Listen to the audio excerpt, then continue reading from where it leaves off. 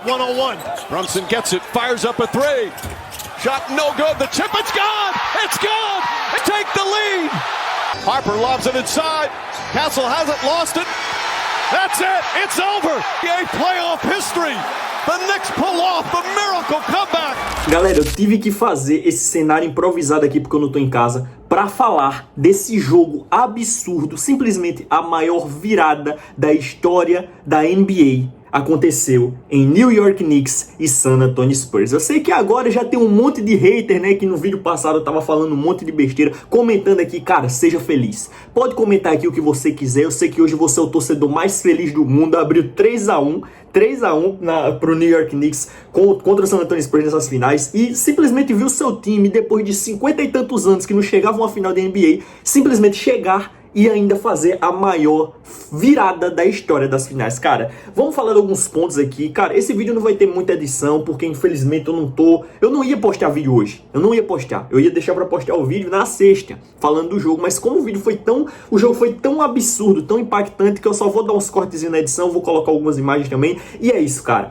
E o vídeo vai ser assim. Vamos começar falando do primeiro quarto, que foi um atropelo do San Antonio Spurs contra o New York Knicks. Cara, na minha visão, o jogo já tinha acabado no primeiro quarto. Eu olhava para os jogadores do Knicks, estavam todo mundo com o semblante para baixo, tava todo mundo como se não tivesse confiando. O Wembanyama que fez a fotinha lá, né, o famoso print, aqui ó, entrei na sua mente com o Mitchell Robinson, realmente tinha entrado na mente dos caras, tanto do Mitchell Robinson, quanto do Karl-Anthony Towns, que também tava maluco batendo em todo mundo, quanto também do José Alvarado, que puxou a perna dele. Mas cara, o San Antonio Spurs simplesmente pipocou demais no final do quarto. Beleza, o New York Knicks não tava errando nada. Todo arremesso dos caras caía. Era bola de 3 do Towns. E detalhe, o Karl-Anthony Towns, até o jogo de hoje, estava zerado em quartos nas finais. Ou seja, o Karl-Anthony Towns não tinha nenhum ponto no último quarto até o jogo de hoje. Meteu uma bola de 3 absurda. José Alvarado metendo uma bola de 3 absurda também para decidir o jogo. E o Jalen Brunson, que também acabou com o jogo no final. Fora que a gente tem que falar do MVP da partida, do MVP da série. Para mim, o MVP das finais se chama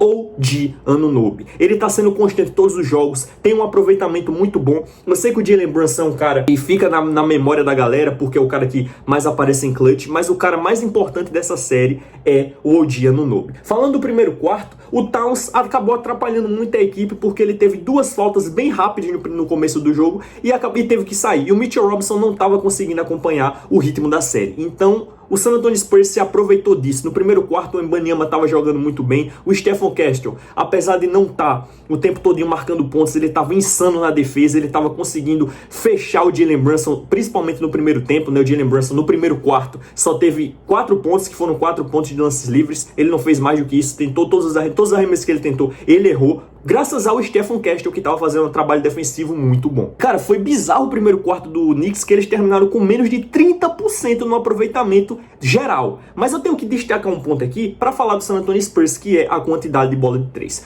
O terceiro quarto foi bizarro. A parcial do terceiro quarto foi 26-14 para o New York Knicks, que colocou o Knicks no jogo. E o que é que aconteceu com o Spurs? O Spurs ficou 2 de 12 nas bolas de 3. No primeiro tempo, o Spurs estava voando nas bolas de 3. E aí no terceiro quarto, ao invés de tentar controlar o jogo, ao invés de tentar fazer um arremesso mais perto do aro, tentar cavar uma falta, não. Os caras continuaram bola de 3 atrás de bola de 3 e errando tudo. Ficaram 2 de 12 nas bolas de 3. E simplesmente isso foi decisivo para o jogo ter virado para o outro lado, cara. Eu sei que falta muita experiência na equipe do San Antonio Spurs, mas esse é o tipo de coisa que até mesmo um jogador novo, jogadores novos como o Wembanyama, como o Castle, como o Dylan Harper, tem que colocar na cabeça. O Dylan Harper ainda conseguiu fazer umas boas cestas, então não fica muito na conta desse terceiro quarto, mas o Vassell, o Wembanyama, o próprio De'Aaron Fox também começou a partida voando no terceiro quarto, era para ser esse cara para, pô, estamos ganhando de 20 pontos, vamos jogar aqui na maciota, vamos controlar a bola, vamos tentar atacar a cesta, porque a arbitragem tá dando falta, vamos tentar cavar uma falta, tá ligado? E mesmo assim,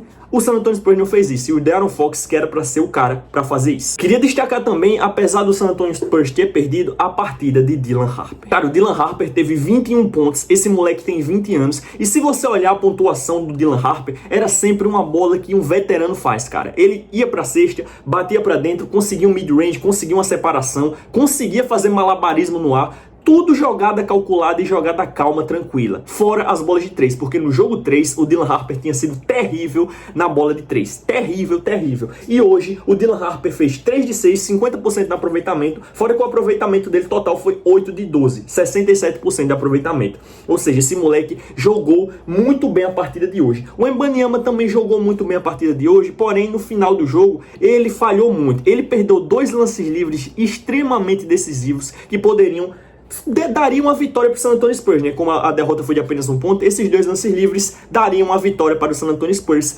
e o Victor Wembanyama errou no momento crucial. O último quarto é todo de Stephen Castle do lado do San Antonio Spurs. Eu vou falar do Knicks já já. Mas para destacar até os derrotados, né? O San Antonio Spurs só teve um cara lúcido no último quarto. O nome dele é Stephen Castle. Quando ele não conseguia fazer uma pontuação, ele conseguia pegar um rebote ofensivo importante, ele conseguia cavar uma falta, ele bateu todos os lances livres que ele bateu no último quarto, ele acertou todos, numa frieza, numa calma gigantesca. O Madison Square Garden abaixo, o Stephen Castle teve a calma para bater os lances livres, coisa que o Wembanyama não teve, como eu já falei aqui anteriormente. Então tem que ser destacado a partida do Dylan Harper. Agora, cara, vamos falar do Jalen Brunson. Se a gente olhar aqui as estatísticas do Brunson, ele até foi bem hoje no aproveitamento, 12 de 25. Tem uma estatística bizarra do Brunson, que a estatística era a seguinte: o Jalen Brunson, antes do jogo, tinha mais turnovers do que assistências e tinha feito 82 pontos em 81 arremessos. Claro, ele foi decisivo no jogo 1, foi decisivo no jogo 2, ele no jogo 3 também entregou uma boa pontuação, mas ele estava com um aproveitamento terrível. Hoje o aproveitamento do Brunson foi de 48%, ele tentou 25 arremessos e acertou 12. Então já é um aproveitamento aceitável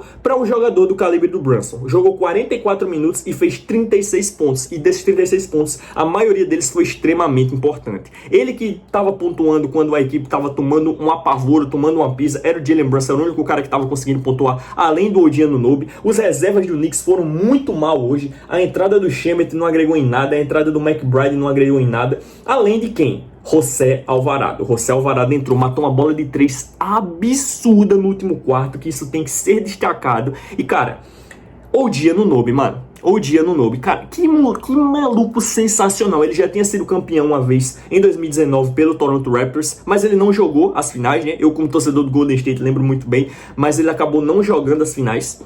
Estava machucado, mesmo assim ele foi campeão porque ele acabou jogando outras partidas dos playoffs. Mas o OG Anunoby é o jogador mais importante do New York Knicks nessa série. Vamos falar aqui do box score do OG Anunoby primeiro, antes de falar qualquer coisa, né? O OG Anunoby teve nota SofaScore aqui, para quem gosta, 9.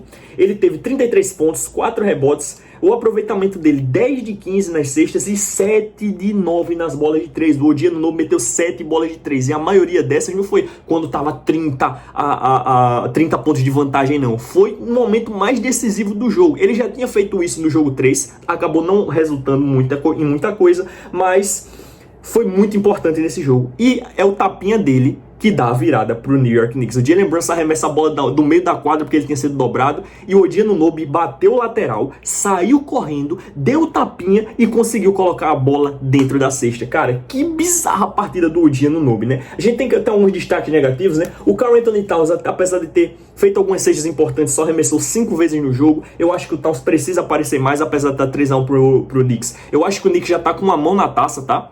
Apesar de que o próximo jogo seja em San Antonio, mas os caras ainda jogam no Garden. E eu acho muito mais que a taça tá na mão do Knicks, não só porque o Knicks tá jogando bem, porque, cara, eu falo por mim, mano, se eu fosse jogador do Spurs e tomasse uma virada de 29 pontos fora de casa, um jogo importantíssimo pra empatar a série, eu acho que eu ficaria sem mental, mano. Eu acho que meu mental ia apodrecer de um jeito que eu não consigo explicar.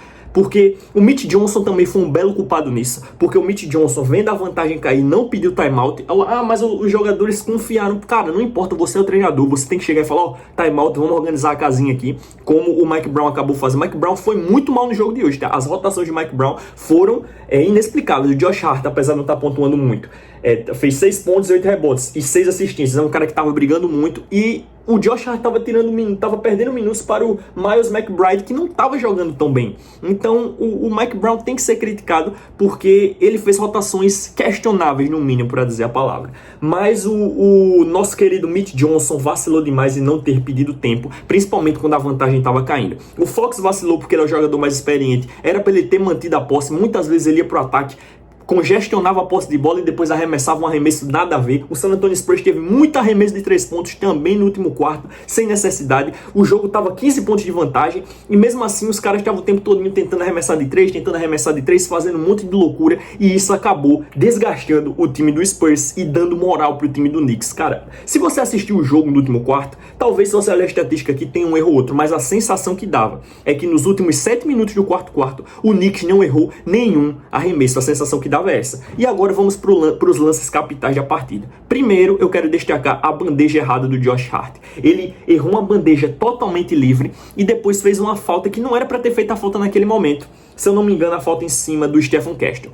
Então, o Josh Hart poderia ter comprometido a partida inteira. Mas o lance crucial dessa partida e dessa série, falando do senhor De'Aaron Fox, foi a roubada de bola no último minuto. E o que foi que ele fez? Ao invés de ter segurado a bola, ter ido pro corner, o que foi que o De'Aaron Fox fez? Inclusive, essa jogada eu vou estar colocando aí na tela. Ele foi tentar um arremesso. E Odiano Anunoby conseguiu chegar lá e dar o toco. Se o Fox pega essa bola, dá um fake, ou então já corta para a direita, sofre a falta e bate pelo menos um lance livre, o Odiano Anunoby no máximo empata o jogo e o jogo vai para a prorrogação. O que é que o Fox tentou fazer? Ser herói, tentou fazer uma bandeja que ele sabia que tinha alguém na cola dele. Não é possível que ele olhou, pô, tô completamente livre no jogo 4 de NBA Finals, ele achou que ia estar livre. Aí é muita loucura, mano. O jogador que tem que ser a experiência, né, dessa equipe jovem do Knicks, ganhando 60 milhas de contrato, fazer uma jogada dessa. É simplesmente ridículo, cara. O aproveitamento do De'Aaron Fox é um bom aproveitamento na linha do lance livre. Ele poderia ter matado até os 2 lances livres e aí o Knicks obrigatoriamente teria que meter uma bola de 3, coisa que não aconteceu, foi só o tapinha do Anunoby.